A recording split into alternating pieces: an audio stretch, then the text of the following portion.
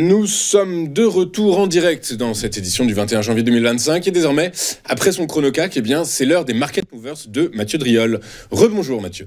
Rebonjour. Merci Mathieu d'être avec nous ce matin. Vous êtes toujours analyste senior chez Day by Day. Ça n'a pas changé en l'espace de 30 secondes et tant mieux, bravo, félicitations. Un peu de stabilité, ça fait du bien.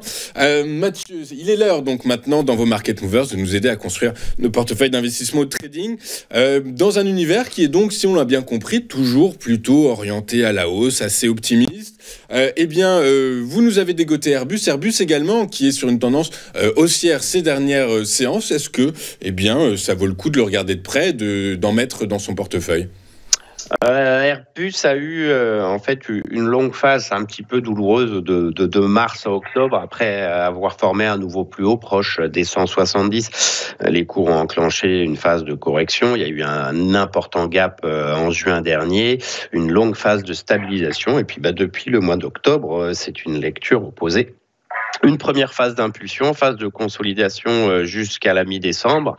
Et puis, début décembre, on a eu cette très nette phase d'accélération de 135 à 160 qui a été digérée fin décembre, début janvier au sein d'un triangle. Les triangles, notamment symétriques, sont des figures n'offrant pas une probabilité importante. On a quasiment autant de chances d'en sortir par le haut ou par le bas, sauf qu'on constate qu'effectivement, on en sort par le haut, ce qui nous permet d'anticiper une réplique haussière de la taille de l'impulsion précédente. La taille de l'impulsion précédente, c'était 135, 160, 25 €. Le point bas du triangle, c'est 153, on va dire.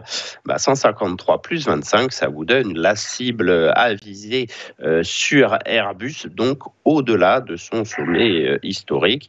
Idéalement, il faudrait attendre un petit pullback, une consolidation sur le haut du triangle aux alentours des 161 pour bénéficier d'un prix d'intervention un poil meilleur.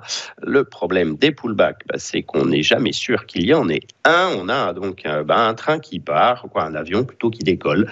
Reste à savoir, est-ce qu'il va se faire une petite pause technique avant de repartir à l'assaut de son sommet et de le dépasser.